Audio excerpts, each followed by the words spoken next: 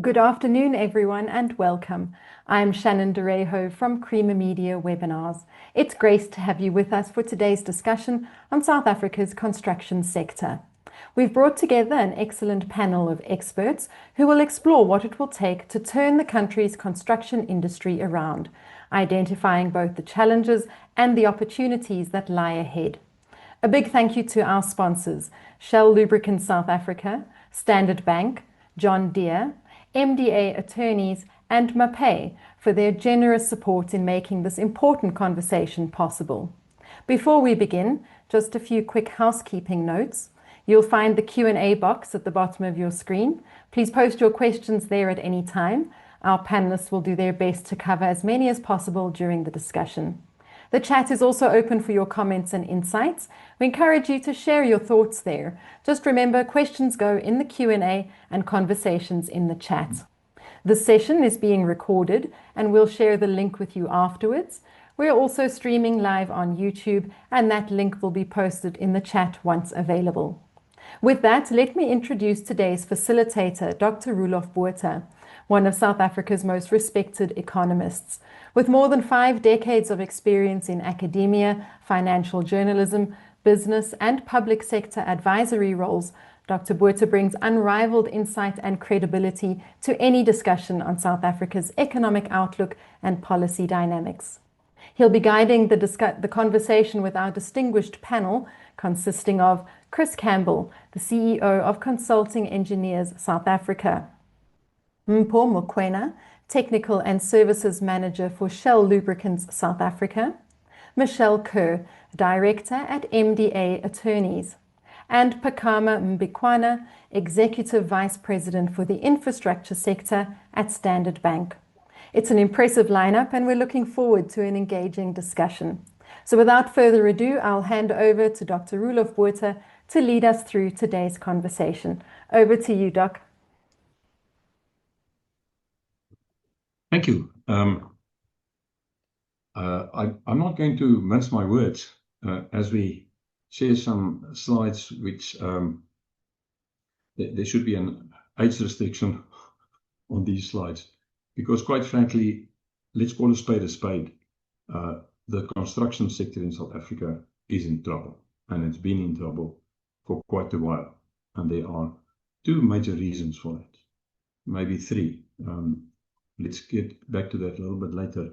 As we go through a couple of slides as briefly as possible, I think we'll get some more clarity on that. Just as on a lighter note, because the slides are going to become quite somber.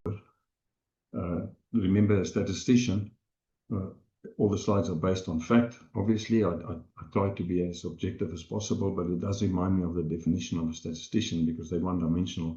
And a statistician will tell you if your feet are in the oven and your head is in the freezer, on average you are quite comfortable, but I wouldn't try that.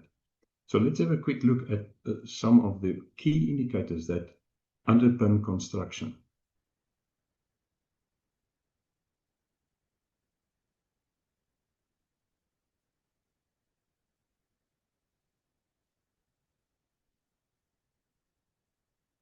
And we're all set. Can everybody see the slides? We can. Right. So don't get confused by the numbering of the figures because these are extracts from a report which I have co-authored, which will be published within the next couple of days, inter alia in an attempt to stop the Monetary Policy Committee from changing the inflation target range of 3 to 6% currently to a target point of 3%. For any economist that's been around as long as I have to think that it is possible to have an inflation target point for an emerging market economy at the southern tip of the African continent, which is only 1 percentage point lower than the United States of America, is ludicrous. And this will have a detrimental impact without a shadow of doubt on the construction sector. It should be stopped in its tracks. The 3% ridiculous inflation targeting point debate. The upshot of this will be that we will have to live with a prime overdraft rate somewhere between the current one of 10.5 and perhaps even going back to where we were, 11.75, which was the highest, more or less the highest in the world of any economy of note. Right, so a quick look at a well-known inverse correlation. There you see the prime rate, the real prime rate, prime minus CPI, the red line. I specifically chose the color red as a danger sign, and there you have the GDP going down, down, down. No surprises. My grandson, who's in grade 8, in office, I had to say that. So he understands this, by the way. The unemployment rate in South Africa, if I want to take you to that blue bar in 2013, the previous governor of the Reserve Bank, Jill Marcus, the best governor we've ever had by a long shot, and the only woman, by the way. I wish it's such a pity she retired. Quite frankly, she understood quite clearly that an emerging economy like South Africa should not have a real prime rate, prime minus CPI, of much higher than 3%. And during her 5-year term of office, the average real prime rate was 3.4%. It is currently 7.1%. That is more than 100% increase in the cost of capital. So we're wondering, what's happening to construction? Why are building plans passed dropping like a stone, and have been? It's not only state capture, it's not only the infrastructure, it is primarily the interest rate. And we can fix that by the stroke of a pen. If I'd been governor of the Reserve Bank today and in charge of the MPC, our prime rate would have been probably between 8 and 9%. Now, I can guarantee you we wouldn't have had time for this webinar. We would be out there looking at concrete being mixed. In any event, so there we had unemployment rate going up because of interest rates initially from 2015 to 2020, immediately after her retirement. The real interest rate just kept on increasing. We had COVID, it came down a little bit, and now it's back, it's at its highest rate in 15 years. The Afrimat Construction Index, which is a benchmark for this industry, picked up in the second quarter. We're grateful for that, but that's predictable after the summer holidays, which makes January not the most productive month of the year. Feb is the shortest month of the year.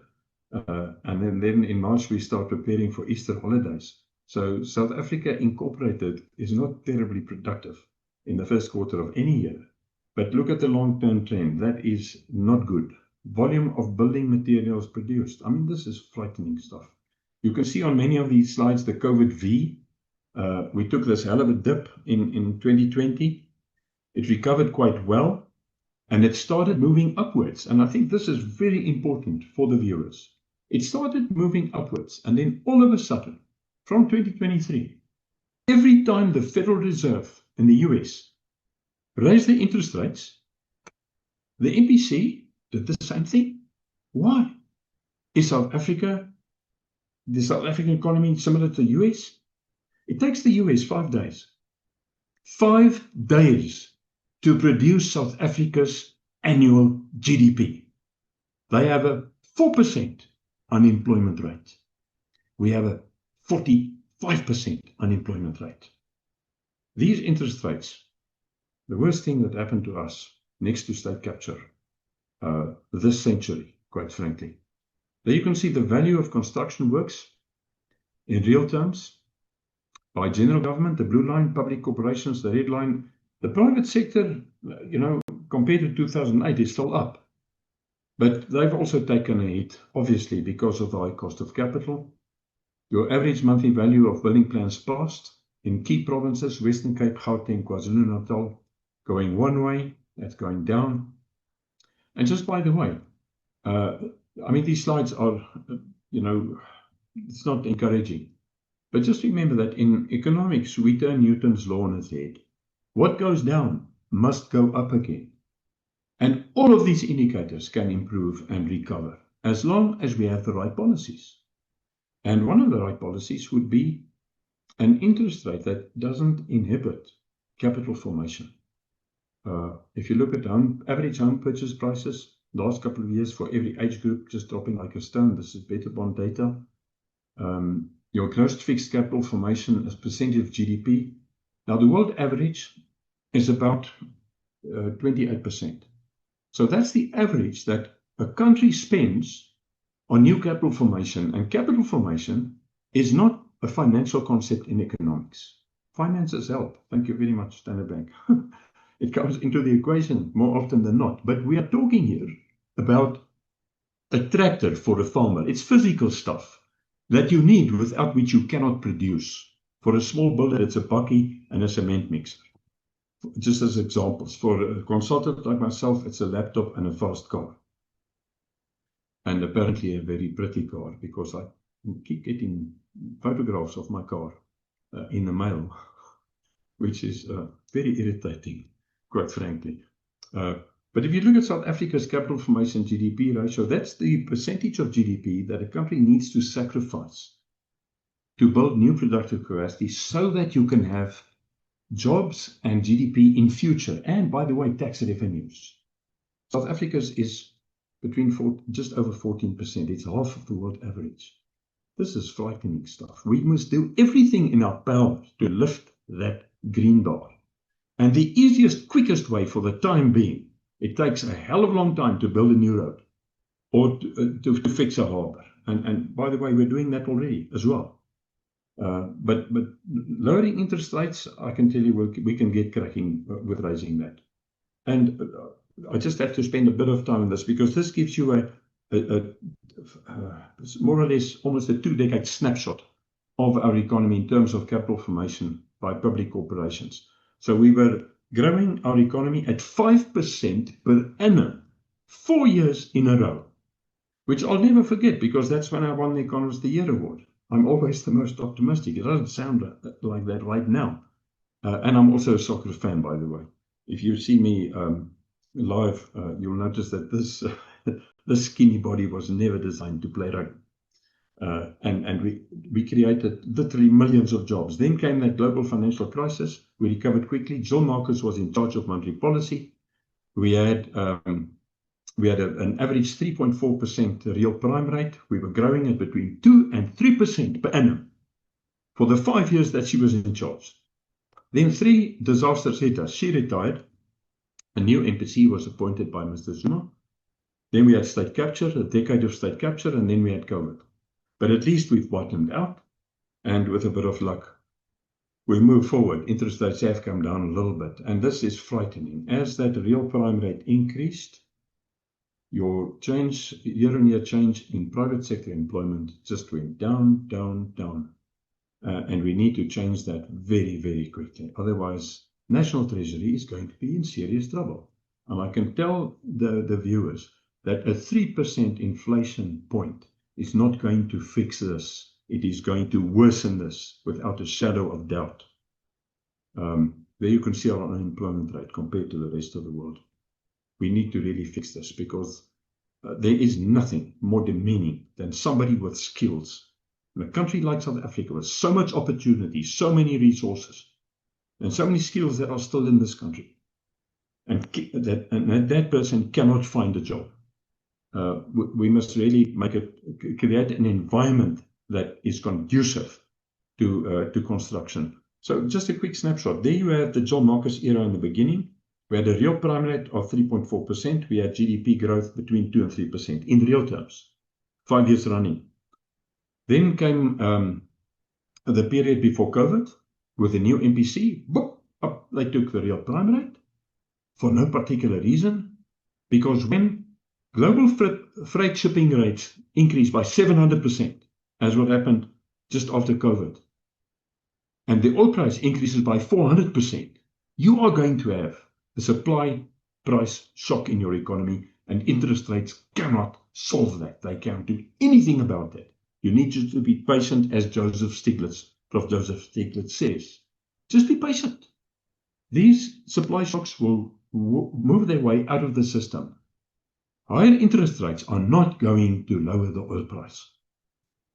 And we grew at under 1% thanks to the new MPC, mainly. Then I'm leaving COVID out of this equation because that was crazy. Then after COVID, they dropped the interest rate. The prime rate was 7%.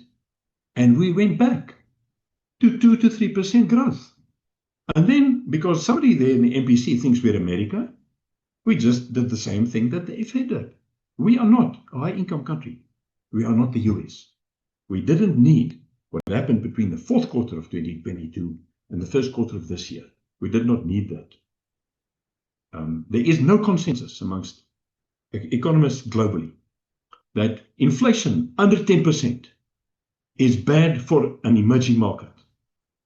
And the Monetary Policy Committee of the Reserve Bank needs to get to grips with this reality.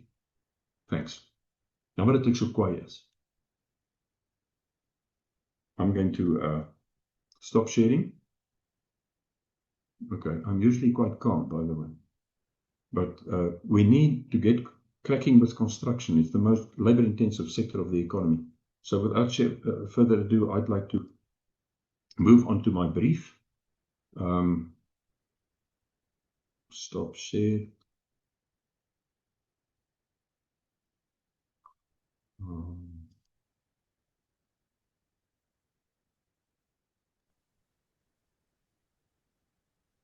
Stop share. You are on the main screen now, Roelof. You can continue with the panel discussion. Right, I'm just trying to figure out how to get rid of that baby. There we go. Am I still on the show? Yep, you are. Okay, I've gotten rid of my slides. Thank you very much. Right, Chris, let's start with you. I've been pretty harsh on the South African Reserve Bank. There are obviously other problems in our economy. As I've indicated, this is one way to kickstart, so to speak, construction, so we can get back to that era between 2005, 2006, heading towards the Soccer World Cup. And from my perspective, just a last comment, we can view the damage inflicted on this economy's infrastructure and the economy by the high interest rates as an opportunity to recreate that surge that we had en route to the World Cup. But instead of the World Cup, this time round, let's focus on fixing and expanding this country's infrastructure. And that could easily, if we follow the right policies, provide us, as far as I'm concerned, with that same growth impetus that we had. If it was possible for us to grow at 5% for 4 years in a row, it has to be possible in future. So, Chris, what steps do you believe need to be taken for South Africa to advance a critical infrastructure expansion and refurbishment program to address these years of neglect? Over to you, Chris.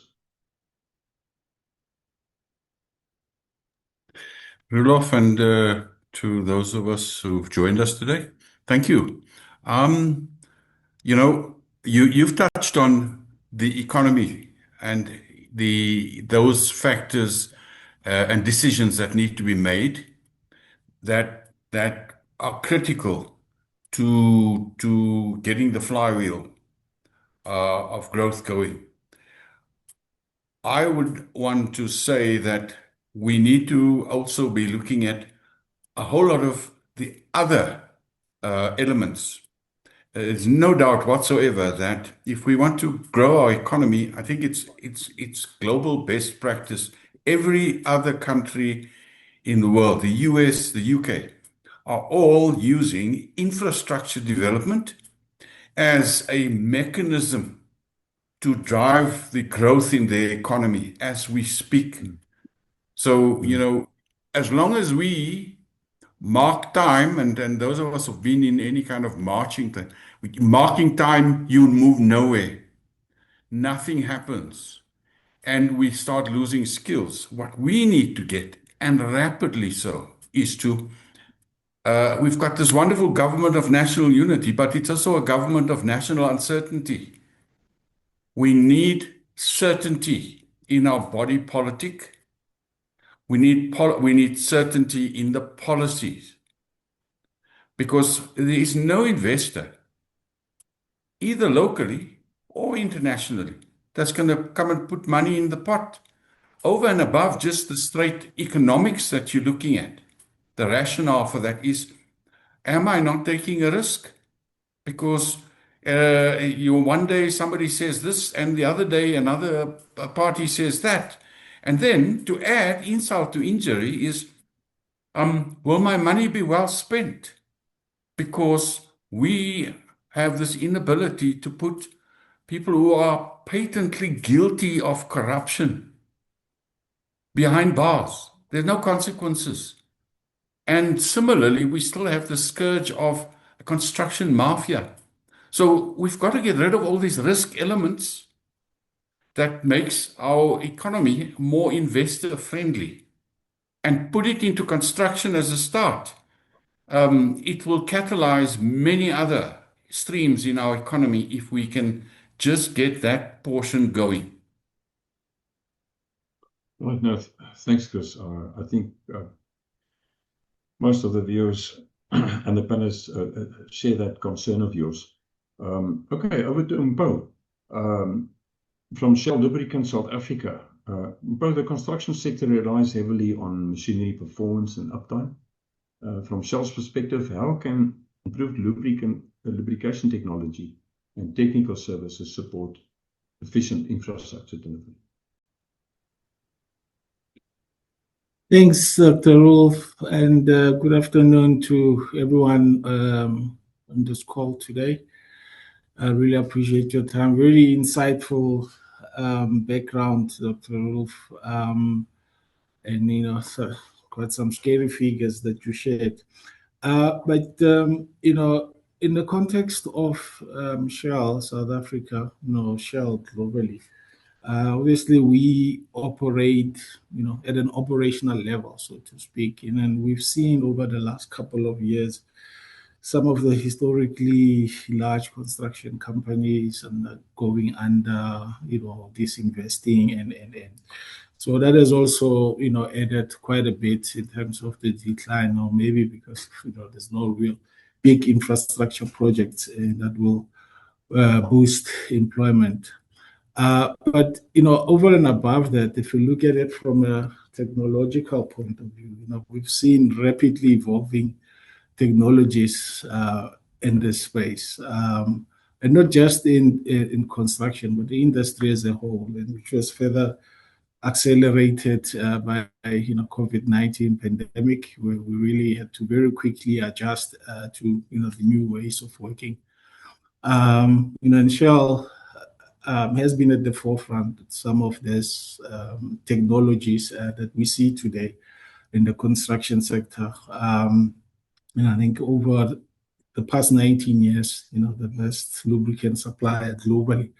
And this is beyond just oil, or beyond just the OEM approvals, because we work very closely with global OEMs in developing some of the technologies. But to your earlier point, we are appreciative of the external factors that affect construction projects, that affect construction companies. And it is our imperative to ensure that those that remain in operation at least have solutions and products to operate their equipment profitably, because there has to be some form of increased profitability. And we've transcended from being just an oil supplier and building, technology, digital solutions for the key stakeholders in the sector. We've recently developed what we call a digital construction site using data analytics. Sorry, this word always runs away from me. To ensure we develop preventative maintenance measures for key operators. So we've gone beyond that, just being just an oil supplier, and then oil in the construction sector contributes 3 to 5% of the overall maintenance operational budget. But the biggest cost in those sectors is unplanned downtime. So our role in this sector is to work hand in hand very closely with the key stakeholders to ensure that we at least keep their machines available, operational, because as long as the machines are operational, they are able to deliver on the tight deadlines in the big infrastructure projects. Thanks, Paul. I must tell you that one of the most beautiful sights for me is a front-end loader. and people mixing concrete, or machines mixing concrete. Over to Michelle. Thank you very much for that. Michelle, there are 4 available CIDB endorsed forms of contracts in South Africa. I think many of the participants today understand that and are knowledgeable about that. But apparently, some of those are often amended to include particular conditions which change the risk balance recommended by the standard forms. Could you just tell us whether there are pitfalls? What were these changes all about? Okay, thanks, Roelof. Hello, everybody. Okay, so at MDA, we specialize in construction-related matters. We're largely contractor-based attorneys, and we're assisting our clients with contract negotiation, contract review, risk assessments, commercial support throughout the lifetime of the contract. And when clients are entering into the contract, when they're deciding what terms are going to govern their relationship, we have the 4 standard forms that are available to the parties. Some are more suitable for certain types of work than others. So we've got the homegrown GCC, JBCC, and we've got the international NEC and the FIDIC that the parties are using. But what they'll find is that these contracts are very general, and they may not address a specific risk like we have in South Africa with the construction mafia as an example, in enough detail. So the parties will then want to draft some particular conditions that amend those standard forms to deal specifically with that risk or certain series of risks that they've identified. So that can be very helpful for the parties, but the difficulty with that and the concern with that, and what we see often with the larger employer bodies, is that these standard forms, they're meant to balance the risk, they're meant to manage the risk, and they're meant to allocate it to the parties that are most able to deal with that particular risk. So if it's the construction mafia, perhaps we want the employer to first be on the ground negotiating with the local communities, etc. And you want your contract to deal with that. But what we sometimes find is that the employer bodies may get a little trigger happy, and they're drafting these particular conditions in such a way is that they're pushing all of the risk onto the contractor, or perhaps the type of risk that would be better or easier managed by the employer body. And when that happens, you're making it unattractive. You're making it unattractive for the serious entities to want to engage in those contracts. You're making it difficult for them to make those contracts a success. So that is the concern and the major pitfall that we see behind the redesigning of the standard forms using those particular conditions. Thanks, Michelle. Over to Bakama from Standard Bank. The question over whether South Africa has sufficient funds and financial systems needed to ensure the construction and maintenance of critical infrastructure. If you don't mind, I'm going to answer that question. Yes, I don't think we have any problem there. But could you maybe allude to what innovative financing can help to unlock long-term investment in South Africa's infrastructure, please? Okay, thanks, Roelof and your listeners. I think you're quite right. We obviously have sufficient financial systems. We have deep markets, whether it be capital loan markets, to obviously fund infrastructure and infrastructure rollout. And I think I just want to touch a little bit on DFIs as well, because that's a critical slice or element to funding infrastructure in ensuring that we have fit for purpose and, I guess, value for money infrastructure delivered for our country and our people. So things like blended finance, we're finding South African DFIs and even international DFIs are entering this market, playing in that space and making these projects affordable. So in terms of innovation, Roelof, I think the issue really around ensuring that we have sufficient constructing ability and construction happening in the country is really dependent on us taking our projects from concept stage to execution and financial close. It's not a money element or a money problem. The problem is the time it takes and the resources that are deployed to ensure that these projects move from when announced to market and to delivery. And there's a whole host of things which my fellow panelists have obviously touched on that go into that. Project preparation is a problem or is a challenge that I think needs to be jointly solved by financial services together with government, because it would flow in the instance where private parties or private investors had confidence in the procurement processes, for instance.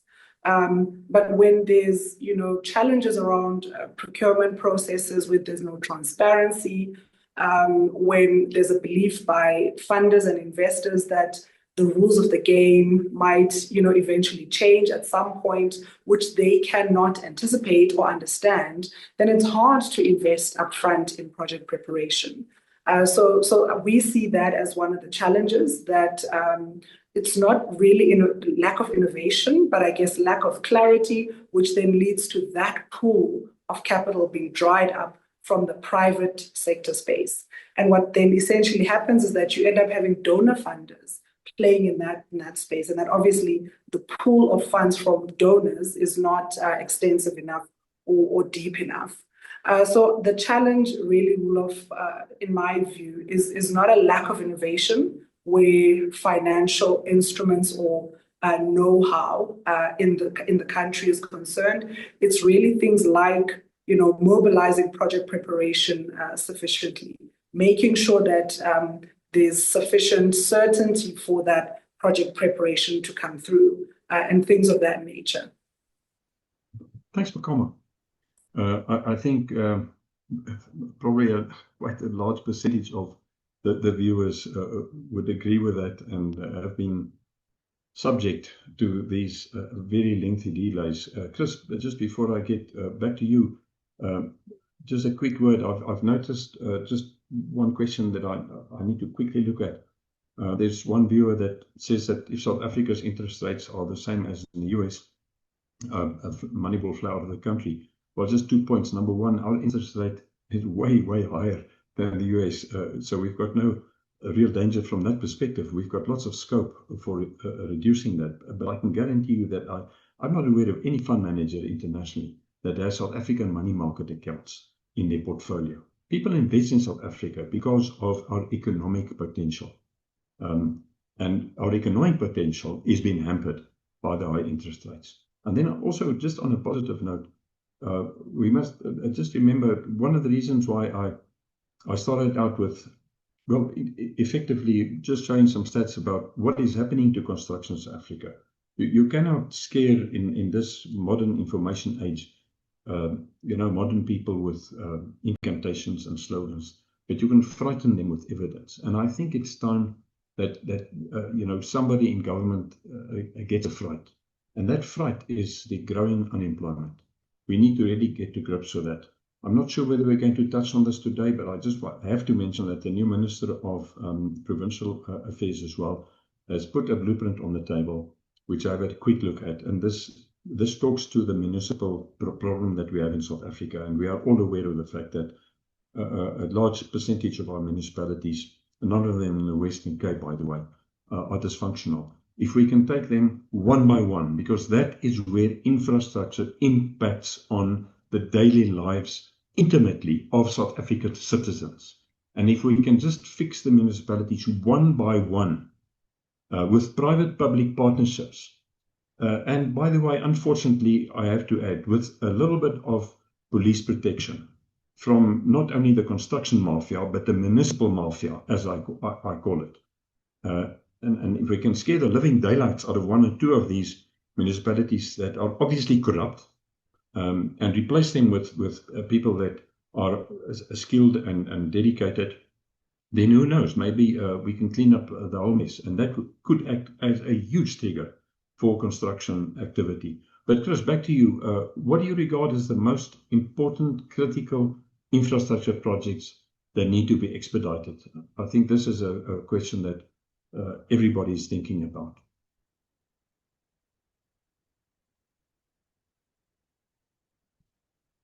Over to you, Chris. Chris, you're on mute.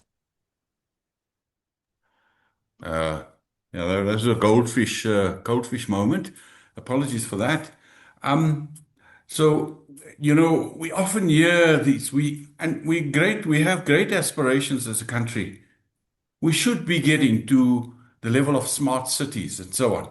But we need to take a couple of steps back. And let's fix our infrastructure, basic as it is, because even that's not working. And then we can aspire. We often hear this political speak of the promise of some promised land of smart cities. And the projects we are there. Water. It's one of the biggest crises we sit with at the moment. In terms of water, availability to communities, and what are the systemic issues that are the cause of that.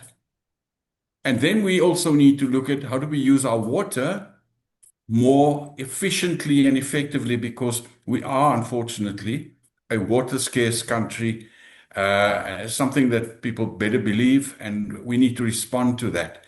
And then, not trying to look at this sequentially, our energy. Great that we haven't had load shedding for a while. I'm sorry, the problem's not gone. We need to get that energy mix.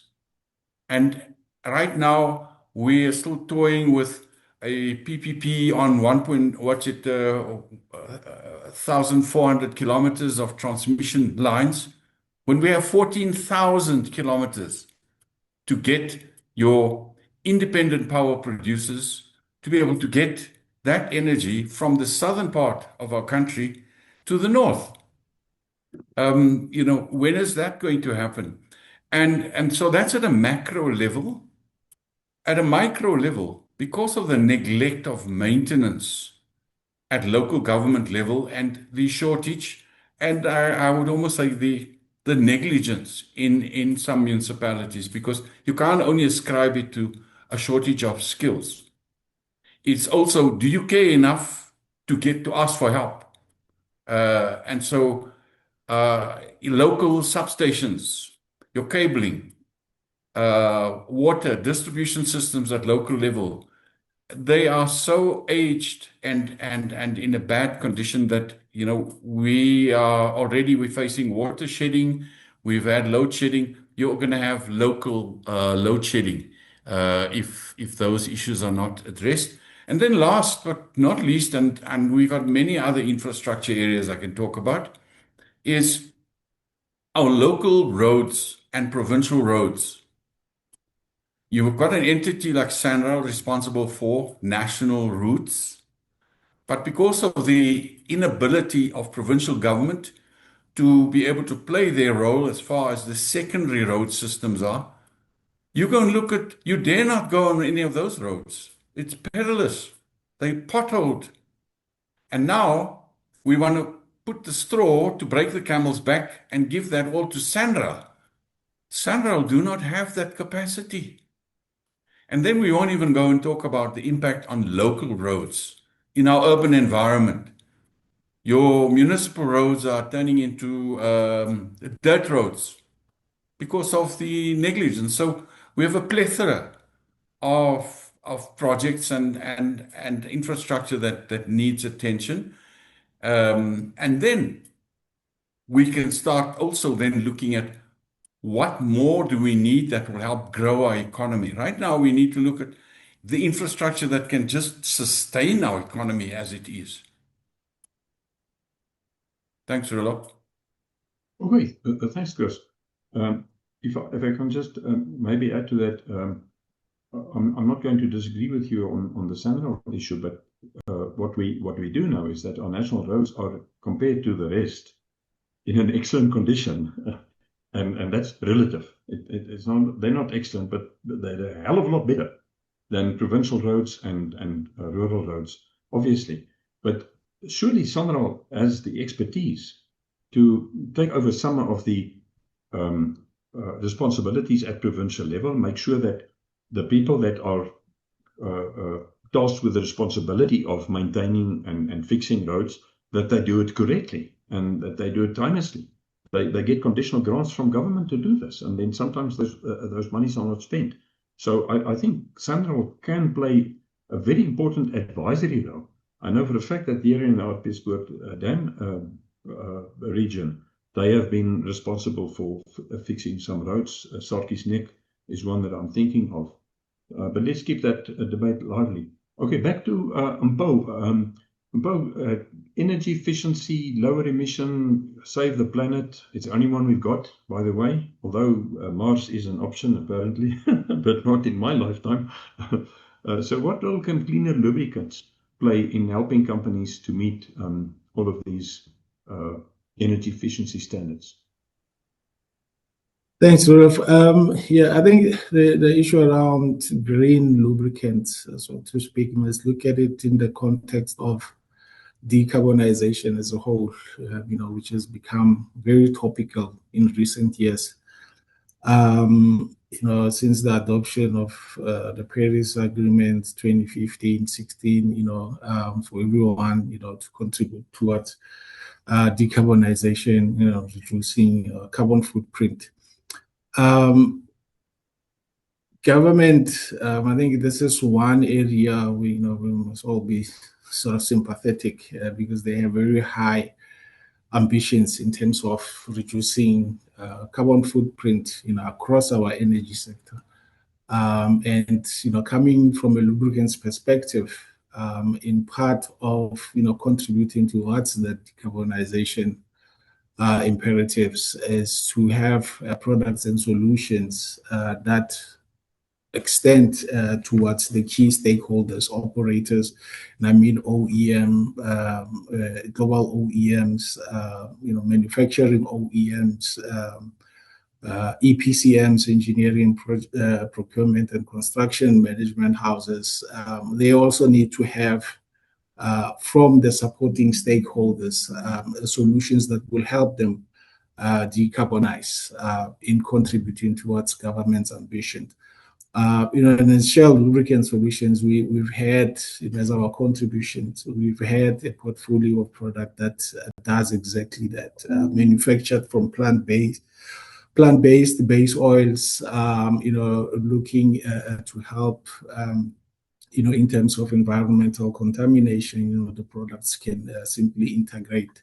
And it goes beyond that. Chris mentioned around the issue around cleaner energy.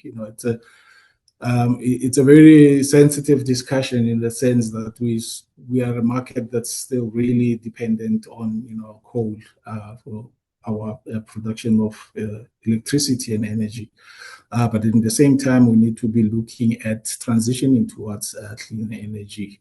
So how do we support the basic energy needs against transitioning towards cleaner energy? So those are some of the things, projects that we look at, in terms of supporting the construction market, construction key stakeholders. How do we provide solutions? Because, as I said earlier, products in themselves, they are a means to an end in terms of improved performance, of contractors, engineering houses, equipment OEMs. What we really need to be looking at is how do we make sure, as service providers, how do we make sure we optimize their operations for improved performance and profitability? Because all these macro factors, that we mentioned earlier, they, at the end of the day, they affect their bottom line. Whether a construction company can stay operational. But in a service provider, we need to put plans in place to help them stay afloat, in the context of the external factors that affect their businesses directly. So energy, clean energy energy, green lubricants are a very key part of our strategy as Shell, because we also understand that is another lever that is heavy in terms of the construction sector, because over and above staying afloat now, they need to also decarbonize and operate as environmental sustainable manner. So those are the projects that we involve ourselves in, and it's something that we're bringing to the South African market, to the South African construction companies, giving that awareness and visibility to how best we can support them in that regard. Thanks. Thanks, Paul. Right. Back to Michelle.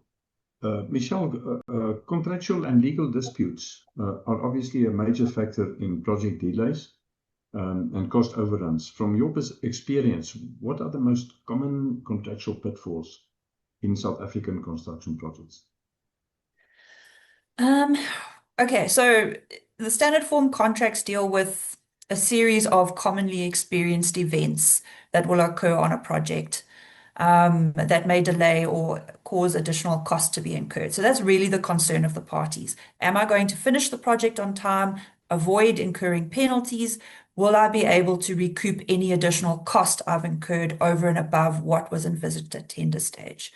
So what we're seeing a lot of is design issues. So the project isn't fully and completely designed before it's launched and before the contractor starts working. Things are discovered, so maybe there's also unforeseen physical conditions. The design isn't as correct as the parties originally thought it was. Changes need to be made. Potentially this could result in a stoppage. It could result in work having to be undone and redone. And there needs to be provisions in the contract, and the standard forms deal with it fairly well, for the parties to be able to manage extensions of time, penalty relief, claims for additional costs, change management. How do they vary the works? And the process needs to be set up in such a way that it flows and the parties can mitigate and reduce as much as possible any delays and additional costs that are going to be caused by this. Thanks, Michelle. You guys are certainly on top of this. But come on, back to you. In your view, how can the financial sector work with government and industry players?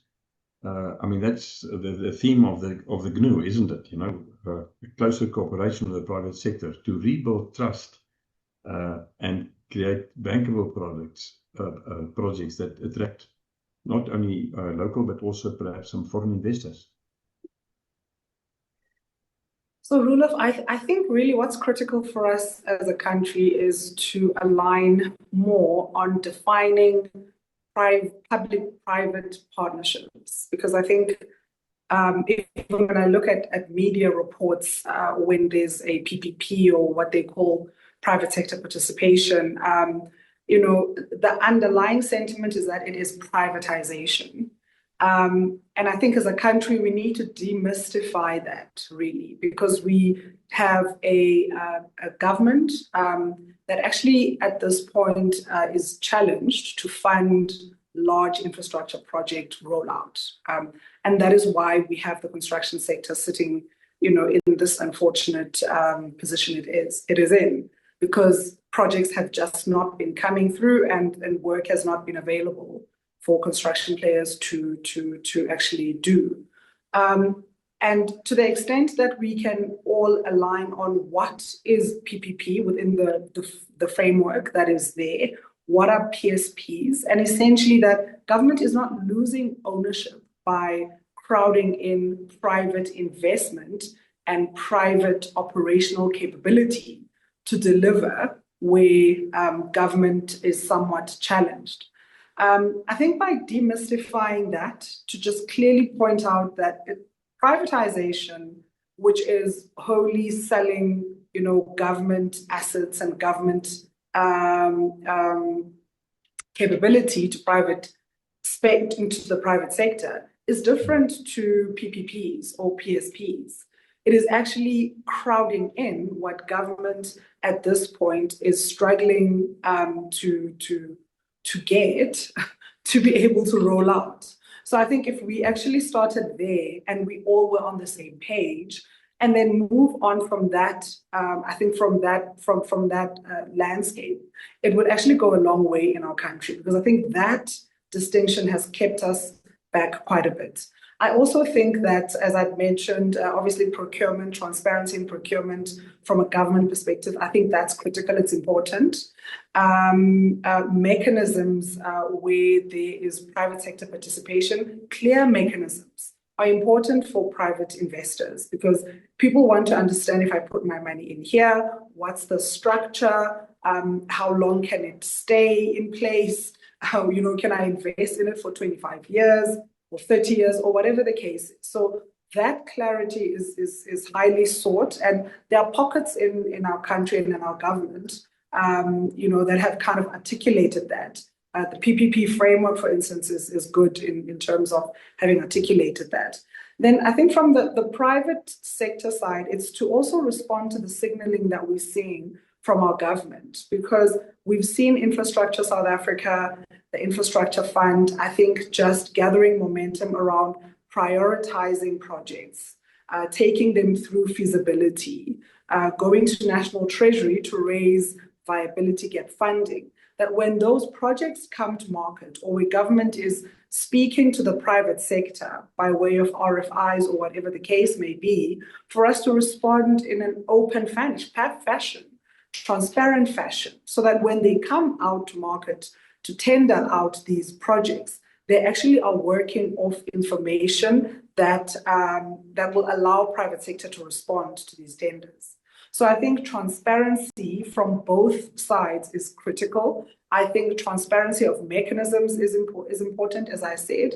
And I think things like PPPs and PSPs being clearly defined is critical. Thank you very much, Bokama. I love that word, transparency. And perhaps we could eventually consider, to improve our surveillance of senior public sector officials. Just to make them aware, there's a lovely song by Bette Midler, God is watching us from a distance. And one of the reasons why corruption has been declining in China is because of their very sophisticated surveillance system, where even your facial expression can get you into serious trouble. I'm not fully supportive of that.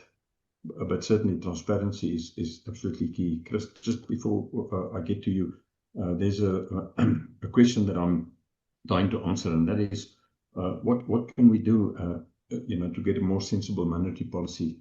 And I can let you in on a little secret, and that is one of our recommendations in this comprehensive report, which I co-authored on quantifying the damage that high interest rates have done on the South African economy and the construction sector in particular, is that government should seriously consider changing the composition of the Monetary Policy Committee. Instead of 5 or 6 politically appointed members, it should be comprised of 12 members, 2 from National Treasury, 2 from the Reserve Bank, 2 from Parliament, and then from the private sector, 2 from the financial sector, 2 from employer bodies, and 2 from labor organizations. So it's a 12-member, and all of these members need to have at least 25 years experience in political research, economic research and analysis, and at least a master's degree in economics. And the final appointments selection should be made by National Treasury. If that had been the case in South Africa today, then I can guarantee the viewers that our prime overdraft rate, which is an obstacle to growth, would not be 10.5%. It would be closer to 9%. So, but moving on to Chris, from Consulting Engineer South Africa's perspective, what structural or policy changes do you think are needed to strengthen project feasibility, planning, and procurement to ensure better long-term outcomes? Chris, over to you. Yeah. Roelof, and from a consulting engineering South Africa's perspective, from generally what we're seeing from member companies, and what needs to be appreciated is we can no longer continue to procure intellectual services on the basis that we have where we do the same for tea and coffee. The least cost is counterintuitive. And there should be better controls that encourage innovation. And we are not saying that there should be opportunity to milk the system. But our procurement regime, which, again, our wonderful laws, our constitution, and our great aspirations, they take so long to materialize. We've got this Public Procurement Act, which is going to replace the procurement elements in PFMA, MFMA, and for the first time, it distinguishes in primary legislation that there needs to be a different process for strategic procurement versus that for general goods and services.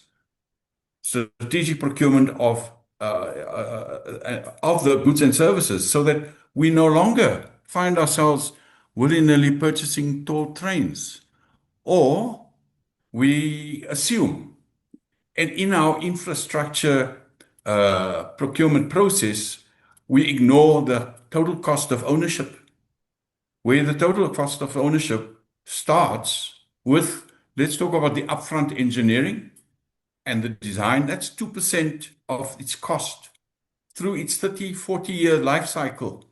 That's over 5 years. In the next 5 years, construction, another 15% of its cost. The balance of the percentage sits in operations and maintenance. Yet, there's an assumption that if I have gotten bargain basement consulting engineering services, I have solved my problem. You've likely created a long-term problem.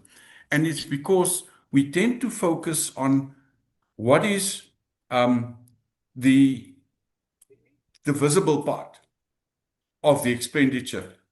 It's how much I've paid for the professional services.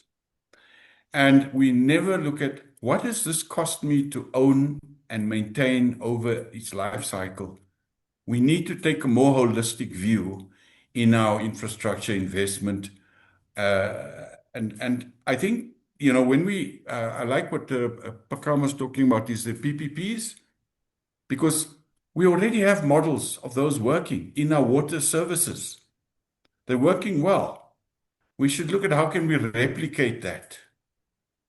Because the fact of the matter is, and Roelof, to the earlier point around SANRAL, it's not a criticism of SANRAL themselves. It's a criticism of as a shortage of resources. And at some point, if you overload an entity that's functional, they're going to become dysfunctional. And then even your national routes will start showing cracks. Sorry to use the pun. And I think we also have to guard, and I have to say this, if I look at international practice, we must make sure that as a country, even as the national asset owners, public sector do not lose sight of what their responsibility is, even when you go into those PPPs, so that we don't find ourselves in a situation that the UK now finds himself with an entity like Thames Water. Outsourced the water provisioning completely, and it's becoming way too expensive. And the huge project that is now underway for the wastewater treatment, somebody's going to pay for that. And, so I think we have to be careful that we need to find that balance between the owner and the custodian of the asset, and they must know at all times when is the tipping point, because I may have conceded that ownership to the private sector, which is equally unhealthy. We need to find that best balance. Thank you. Thanks, Chris. I personally wish there were more engineers in government.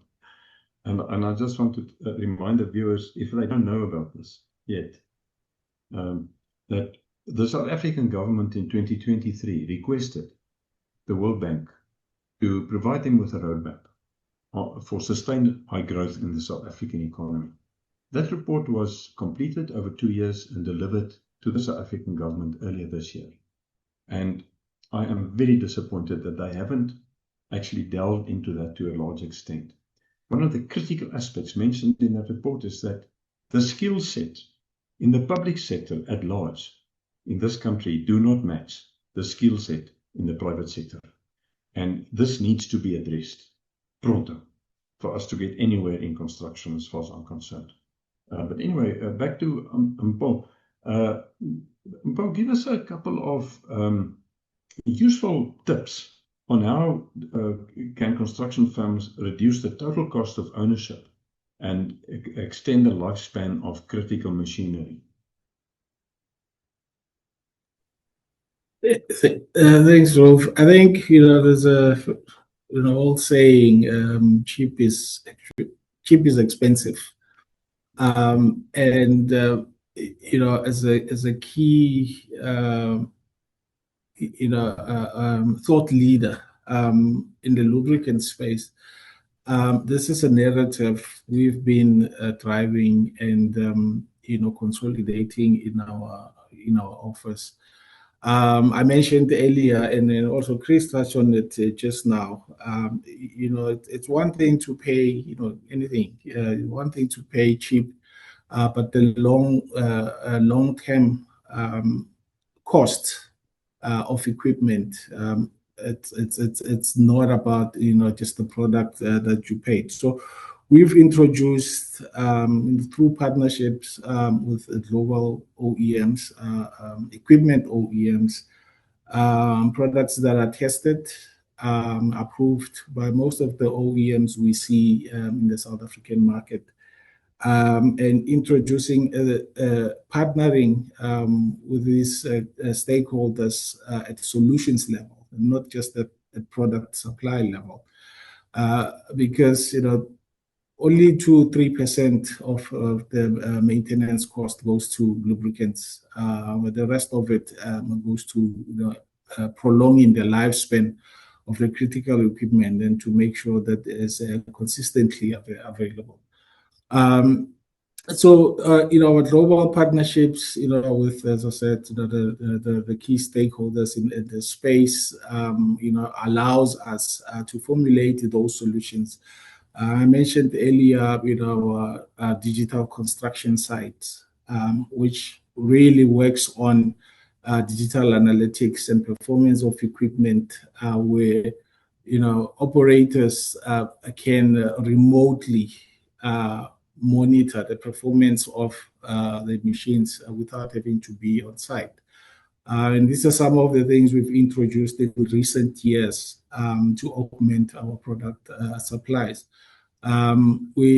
It's in terms of lubricants, we've gone beyond just being just a product or commodity supplier.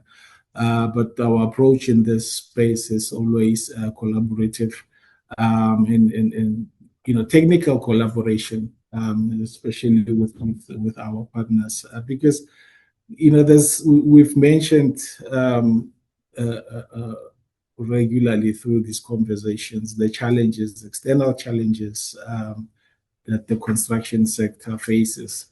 And it's our responsibility, as service providers, to ensure that we at least relieve some of the players from some of these challenges, the burdens that they are carrying, and making sure that operationally, at least, it's one less thing to worry about. So, yeah. Yes. You still wanted to comment? No, that's fine. So I think it's our key approach in this space is providing the solutions and not just the products. And digitally, I mentioned COVID really accelerated some of the solutions that we see today. things that we wouldn't have, imagined 15, 20 years ago. But we've had to adapt really quickly. And I think it's the same mentality when dealing with, some of the construction stakeholders, that we need to adapt very quickly to the challenges that we're facing, because it's the only way we would really turn around this sector. And the adoption of digital solutions is one of those levers that we need to pull very quickly. Thanks, Mpho. Right, back to Michelle. Can you give us some tips on how the construction sector can improve awareness, accessibility, and the quality of adjudication and arbitration when resolving disputes, please? Okay, so most construction contracts, all the 4 standard form contracts, have provision sort of at the end of the contract to resolve disputes by alternative dispute resolution. Most of them are proposing adjudication and arbitration in the mix. For those that aren't aware of what these entail, adjudication is intended to be a quick and dirty process. The CIDB recommendations are that there is no hearing involved in resolving that dispute. It's done on the papers. It's supposed to be done in a relatively short period of time, whereas an arbitration is the equivalent of a private court trial. So we're moving away from the public courts, which are overwhelmed, and it can take a very long time to get a dispute through the court, into a private trial where you have an arbitrator selected who has the expertise that you need to determine the particular dispute. And usually the construction disputes are quite specific in their nature. With regards to, so there is a lot of awareness in the industry. Accessibility might be a bit of an issue in that lawyers have noticed that they're missing out on an opportunity to represent parties in these adjudications, and they've started moving into the sector. And we are having, or we are seeing a situation where they're wanting to formalize these processes. We're ending up with senior advocates who are our adjudicators. We're ending up with much more procedural requirements that go into the adjudication. We're ending up with extended time periods that are being afforded the parties. And it's becoming a mini arbitration rather than what it was intended to be, which was this quick, dirty process to decide temporarily who is entitled to the money so that the parties can continue with the process. So what we need, I would think, is strong appointing bodies that sort of understand what the requirement is, what the purpose of adjudication is, what the purpose of arbitration is. They're able to step in, be firm, appoint the appropriately qualified people.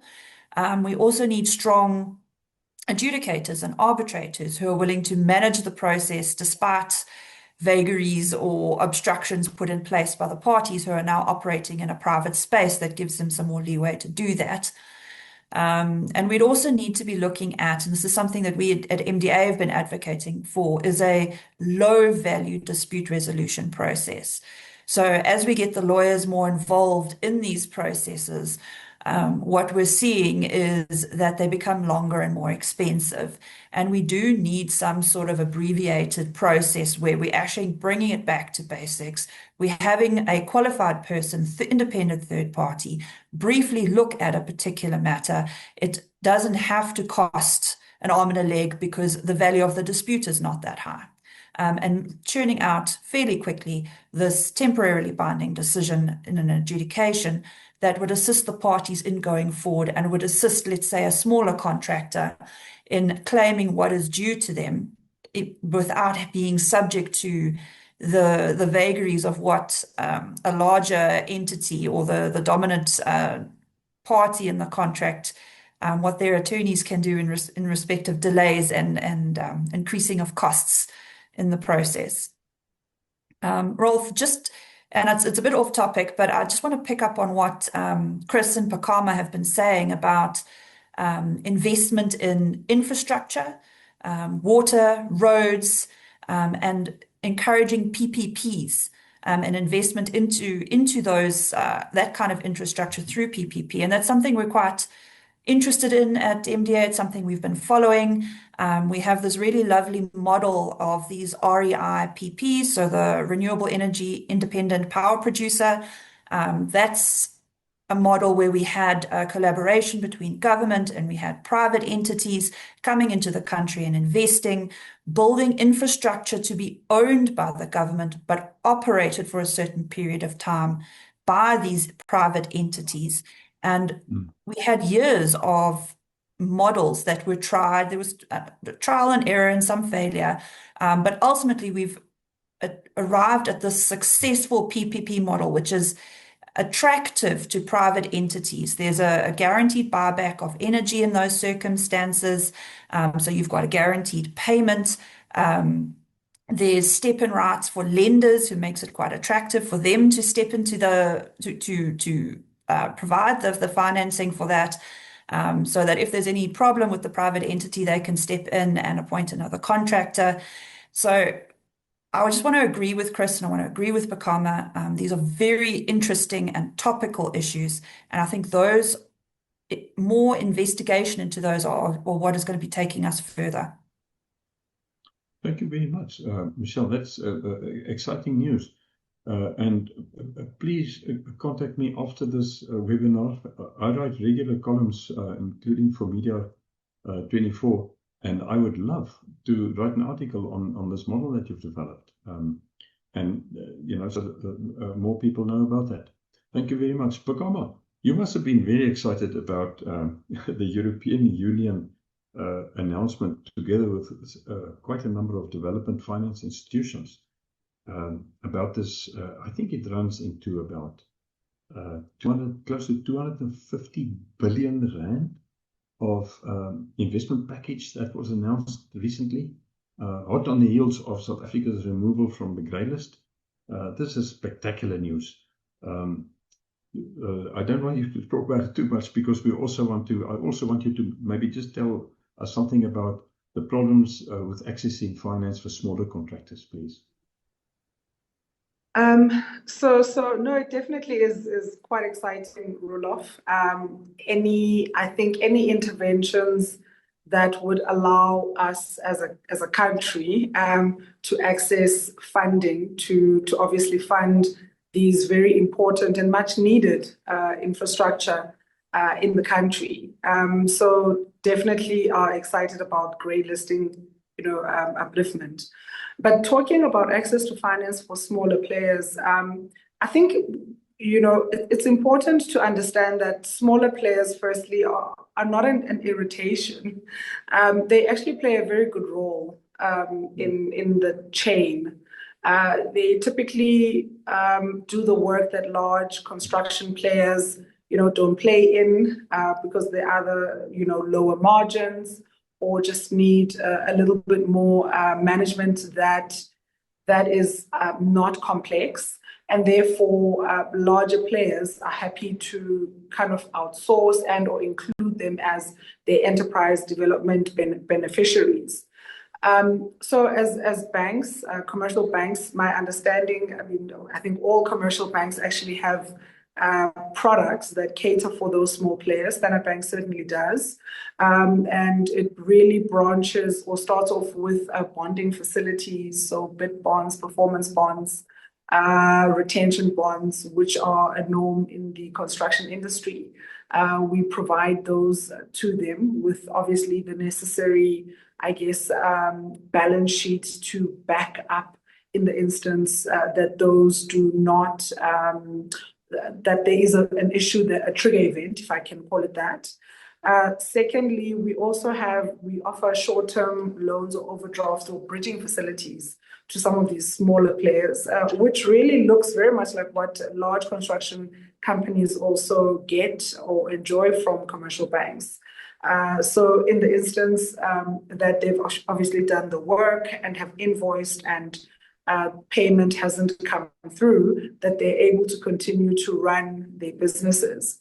I think the challenge is not really the availability of instruments, but comes in again where, whether it's government or private sector that owes these smaller contractors, payments. you'll find that these payments then are not forthcoming. It'll take, 5 months, 6 months, 7 months, and even longer for them to get paid. And you can imagine running a business where you've got holding costs, but you are not being paid for work done.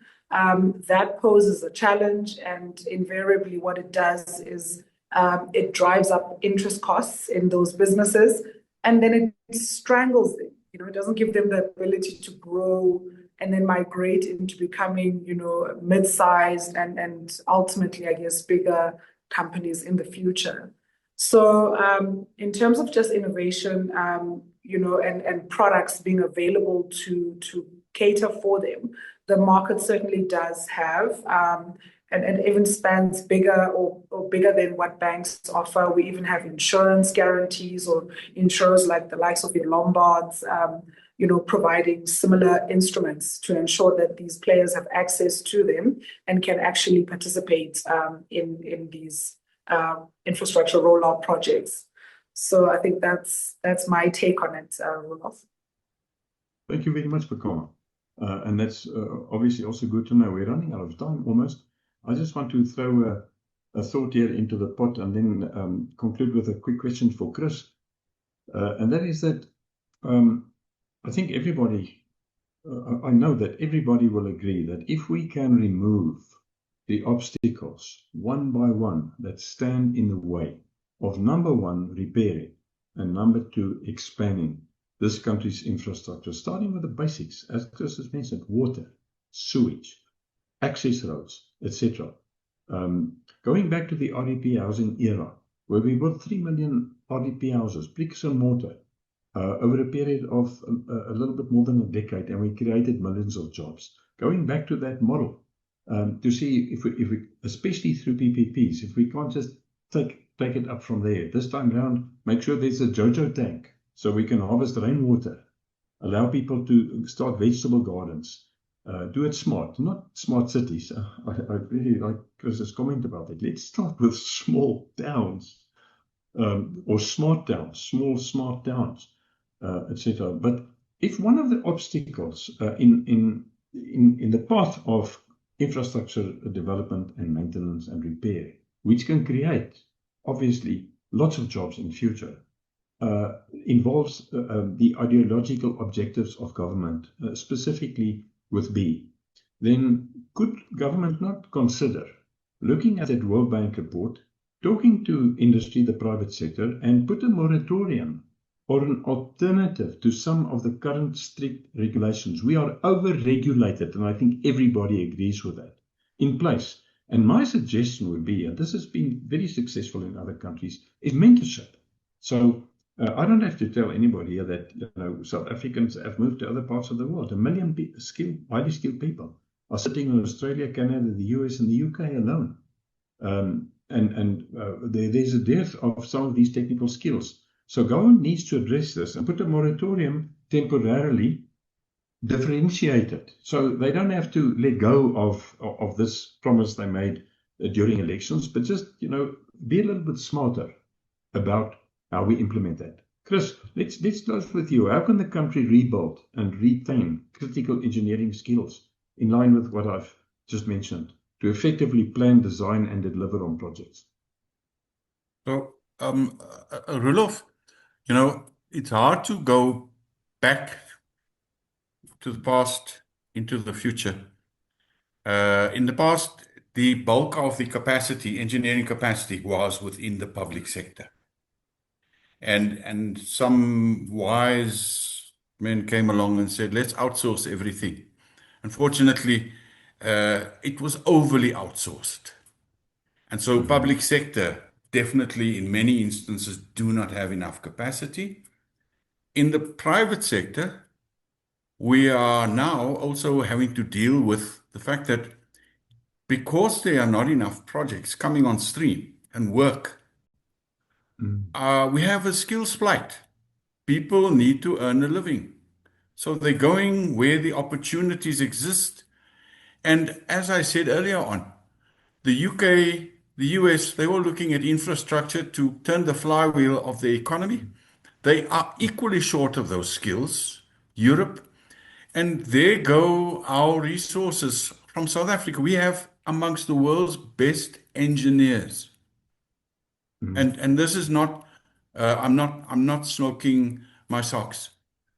We are our intellect and what we have achieved as in the engineering environment in South Africa is revered the world over. And so here we are frustrating our local skills at all levels.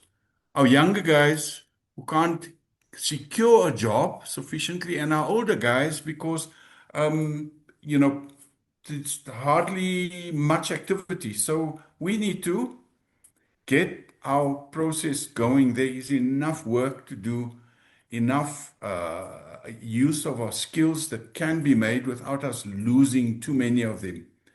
Because the reality we face right now, I mean, we even seeing, if you continue to procure intellectual services on a bargain basement, Oriental Plaza basis, we're going to have mass immigration because of, just for that skills, because of the appreciation for the fact that actually, and by the way, I'm not even mentioning the risk related thereto. You have a structural engineer, and that is such a critical skill, highly revered, and they face the same risk as in the medical profession that your gynecologists and obstetricians do. In a litigious society, as we are becoming, and I want to maybe just touch on Michelle's point, arbitration is unfortunately also becoming too legal and driven by lawyers, and it defeats the objective of having arbitration as a legal process that can save you cost and time in resolving disputes. Our processes in the courts take far too long and they cost a fortune. Arbitration is going the same route. So we need to look at how do we manage the risks as well to be able to keep our skilled people back home and not have them overly exposed. Thanks, Roelof. Thank you very much, Chris. I think with the timeline I'm looking at, we should start wrapping up. Thank you for your participation. It's very obvious that we have a mountain to climb, but we've climbed mountains before in this country. We are such a resilient lot. We've got this 250 billion rand. That's the equivalent more or less of these euros investment package coming in, inter alia for infrastructure, but obviously also for green energy, which in itself should create also opportunities for the construction sector. Let's get cracking and try to remove the obstacles one by one. Thank you very much, everybody, for participating. Over to you, Shannon. Thank you very much, Roelof. Before we close off, I think I'd like to give each of the panelists a quick 60 seconds to just give their final words before we close off. So I'm going to start from the top of my screen, and that's you, Michelle. Would you like to give a quick closing remarks there? Oh, okay, on the spot. So I've been talking about contract drafting, risk management, risk allocation, and that for us is what it's really about. We're wanting to make investment through PPPs in South Africa attractive. We're wanting to get going and looking at our basic infrastructure, our roads, our water, and it's all about putting together an attractive contractual model that is going to make people want to work in South Africa. At the end of the day, and we've canvassed this with our clients, trying to understand where they're coming from. It's all about payment, guarantees for payment. Do they feel comfortable entering into a particular model or contractual form that they are going to be able to succeed or exceed expectations? And at the end of the day, they're going to be able to make the money that they're hoping to. Thanks very much, Michelle. Moving to you, Chris, what are your last words? Yeah, Shannon, my last words in 60 seconds, and here we are in South Africa, great aspirations. We want to do a whole lot of things, and we have intention to do a whole lot of great things, but we just don't get started. We have this implementation challenge, and the challenge is a euphemism. How is it that we battle to get out of the blocks? So can we just get out of the blocks and now turn this country into a construction site? Our minister's got this summit tomorrow for the next 2 days. Can we stop talking about it and get the show on the road? Thank you. Yes, following on from what Roelof said as well. So we hope that the right people are listening. Mpho, any last words from you? Thanks, Shannon. I think from our side, like in any project, collaboration is very key, right? And I think as a country to turn the situation around, I mean, we appreciate the contribution that construction sector makes towards employment of the country. So we have to have a collaborative approach as service providers, as OEMs, as government, everyone involved in some way or the other in the construction sector needs to play their role and collaborate effectively. 40%, 45% unemployment rate, it's really scary numbers.